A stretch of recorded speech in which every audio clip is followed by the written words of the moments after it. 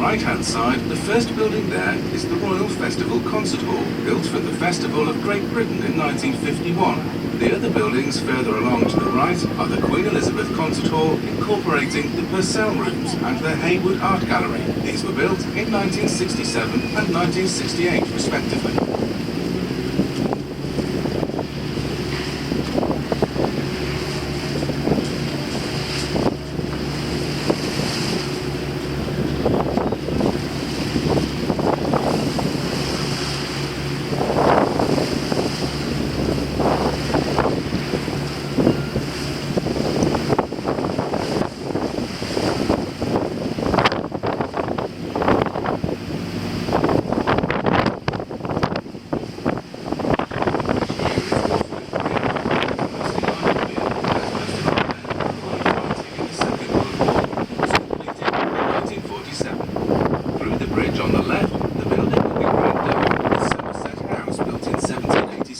As a residence for the Duke of Somerset.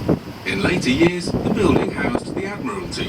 Over to the right, a large concrete building is the National Theatre, opened in 1976.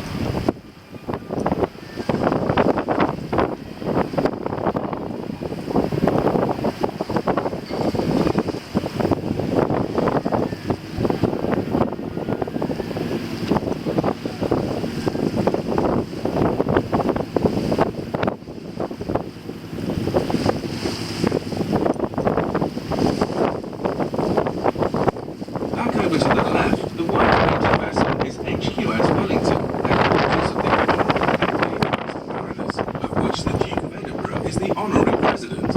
By the stern of the Wellington, you will notice an archway. Just past the arch on the pavement, either side of the road, you will see two silver dragons. These mark the boundary between the city of Westminster, which we are now leaving, and the city of London, which we are now entering.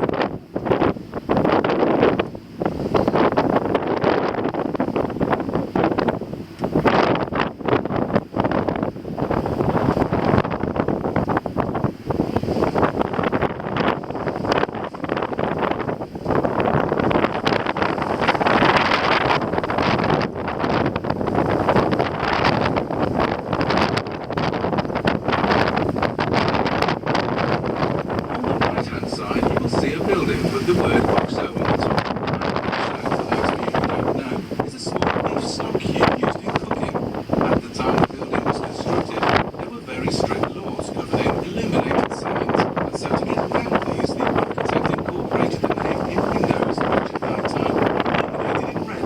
On the left-hand side is a building with a steep black roof. This is the old City of London School for Boys, attended by, among others, Sir Winston Churchill, before he went on to Harrow.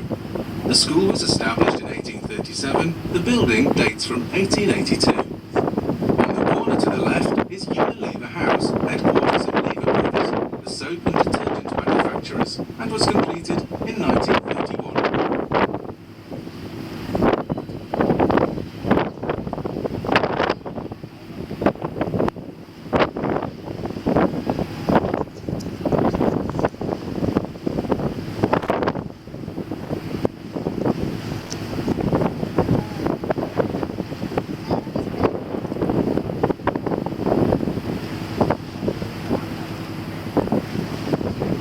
The bridge we are about to pass under is Blackfriars Road Bridge, opened by Queen Victoria in 1869. You will notice the tops of the abutments resemble church pulpits. They were built in this fashion to commemorate the Blackfriars Monastery, which stood on the north shore to the left in the 13th century. The two other bridges here are the St. Paul's and Blackfriars Railway bridges. Through the bridge over to the left-hand side, you will see above the buildings the great dome of St. Paul's Cathedral. The cathedral stands 365 feet high to the top of the cross. It has the second largest unsupported dome in the world, the largest being on St. Peter's Church in Rome. The cathedral was designed by Sir Christopher Wren and completed in 1710. Bearing in the crypt, among others, are the Admiral Lord Nelson, the Duke of Wellington, and Sir Christopher Wren.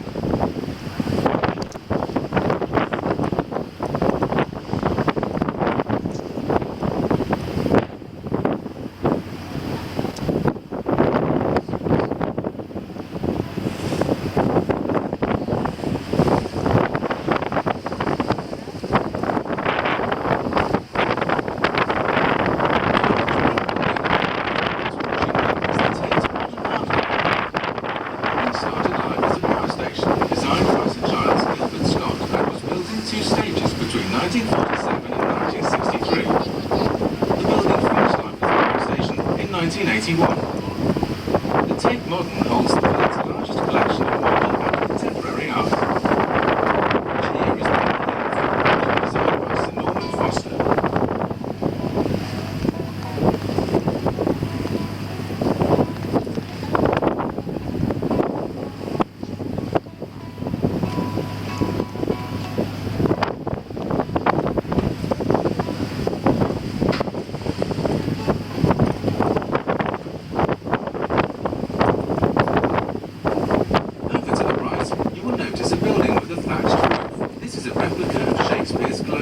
Which stood near this site during the 17th century. The present building was conceived by the American film director Sam Wanamaker, who unfortunately died during construction. The project was then taken over and completed by his daughter Zoe.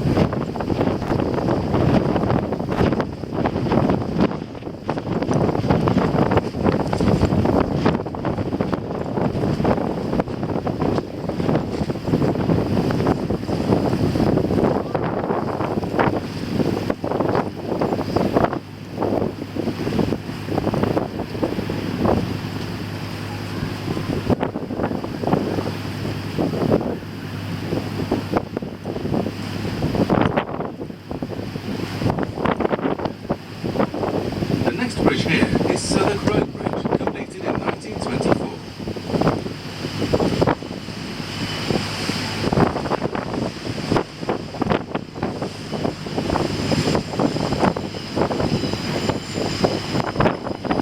Over to the right in the corner by the next bridge you will notice a public house.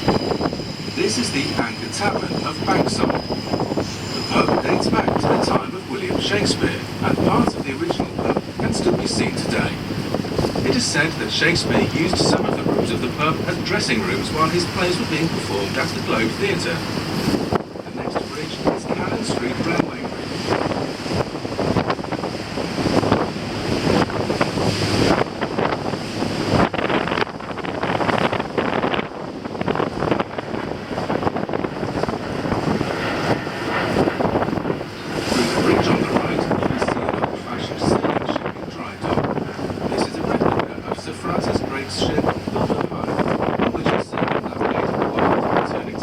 In 1581.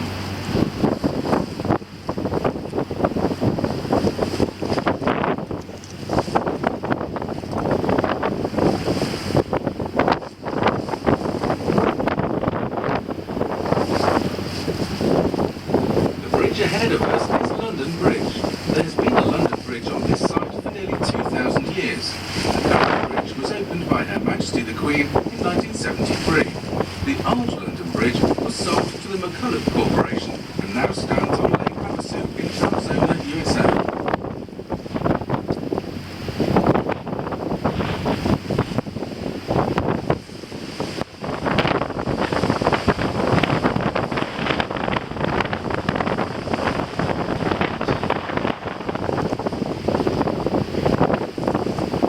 Through the bridge on the left-hand side, between the buildings you will see a tall stone column surmounted by a golden ball of fire. This is the monument to the Great Fire of London of 1666. The fire started in a baker's shop in Pudding Lane, and if the monument were to be laid down in an easterly direction, it would reach the spot where the fire started. The monument was designed by Sir Christopher Wren and completed in 1677.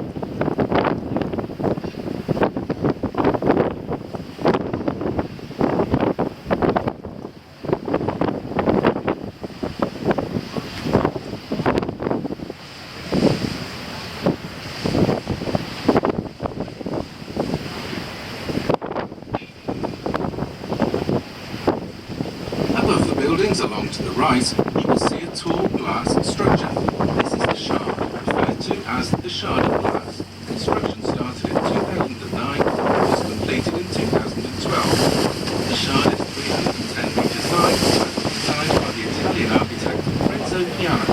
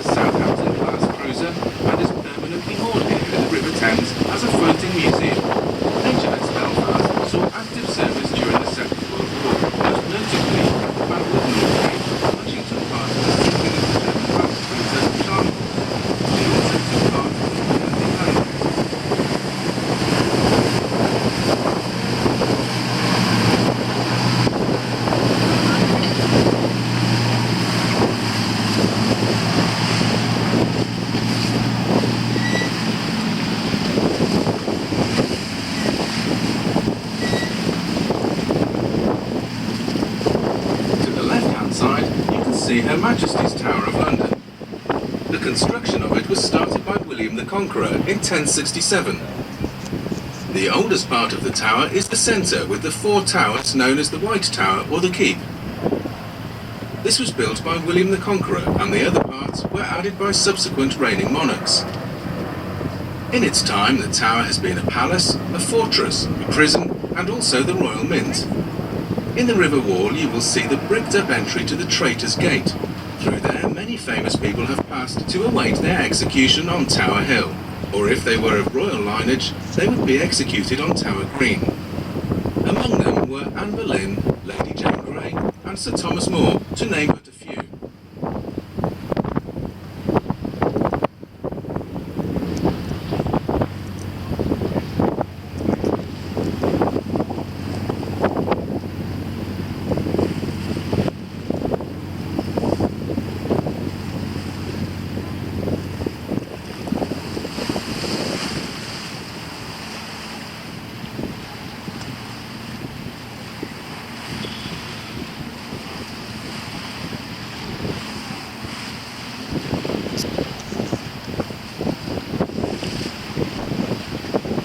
Here is Tower Bridge, opened in June 1894 by the then Prince of Wales, later to become Edward VII. The bridge was built in a Gothic style to blend in with the Tower of London. The 2 centre bascules can be raised to allow tall ships their free entry into the upper part of the Pool of London. The bascules each weigh 1,100 tons. Through the bridge to the left is Tower Hotel. A bit further along you will see the entrance to St Katherines Dock, constructed by Thomas Telford and completed in 1826. The old warehouses you see inside the dock at one time stored ivory, tea and silver. They are now private apartments.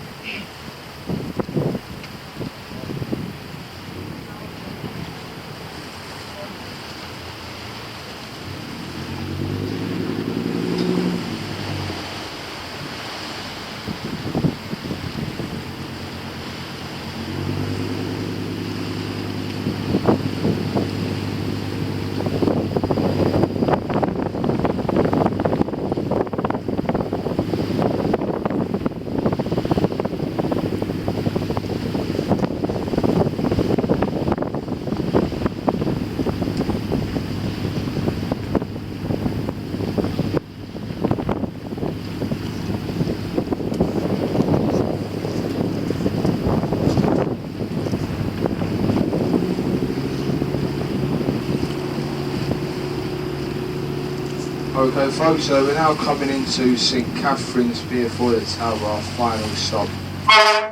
If anyone does want to return back to Westminster Pier, if you leave the boat here, there'll be another boat just on the way up. It'll be in about 5 minutes to London Roads, and that will take you direct back to Westminster. Before you do start making your way downstairs, take this time to look around yourselves, make sure you've got all your personal belongings. Don't leave nothing on board that might spoil your day. I do hope you're going to have a lovely, safe day here in London. Thank you.